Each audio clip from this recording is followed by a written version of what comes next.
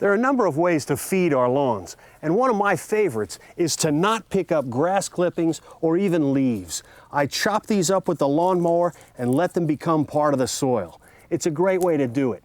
But when is the best time to fertilize a lawn? It depends on what kind of grass you've got and what the season is.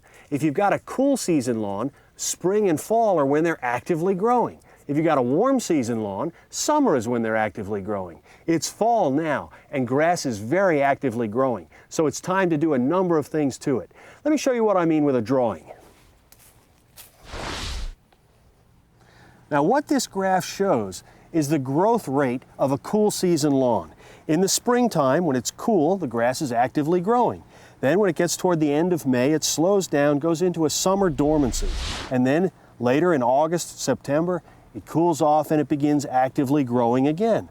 And what we want to do is modify the lawn at the beginning of a good flush of growth. For instance, we can do our seeding here in August and September, or fertilization. Likewise, in the springtime is a good time to seed or fertilize. Now, a warm season grass, by contrast, only grows when the weather is hot. So it has a growth curve that looks something like this. And again, it's the same kind of thing, but we want to do our seeding and fertilizing at the beginning of a good flush of growth, maybe in late April or into May. And another great thing to do to our lawns is core aeration. And we want to time our core aeration with the onset of a good flush of growth. Let me show you what a core aerator looks like and what it does.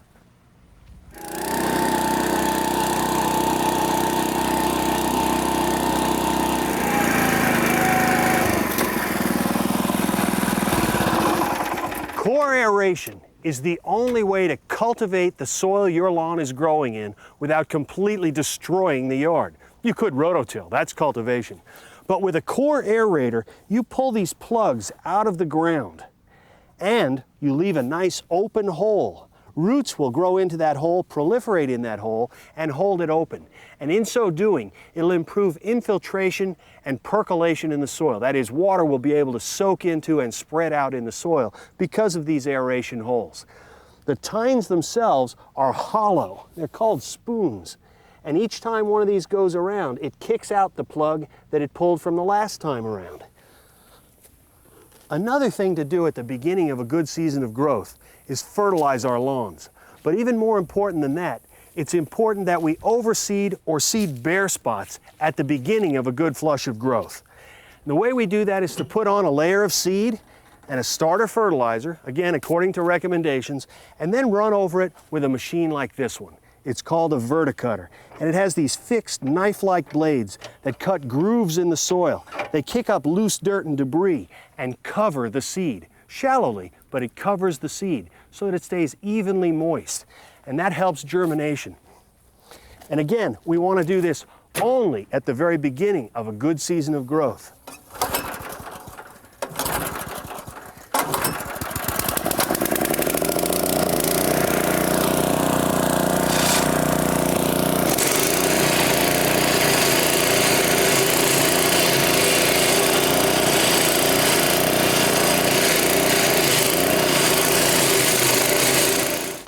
Certainly there are some things that we do to our lawns on an as-needed basis. Watering is a good example. We water when it's dry.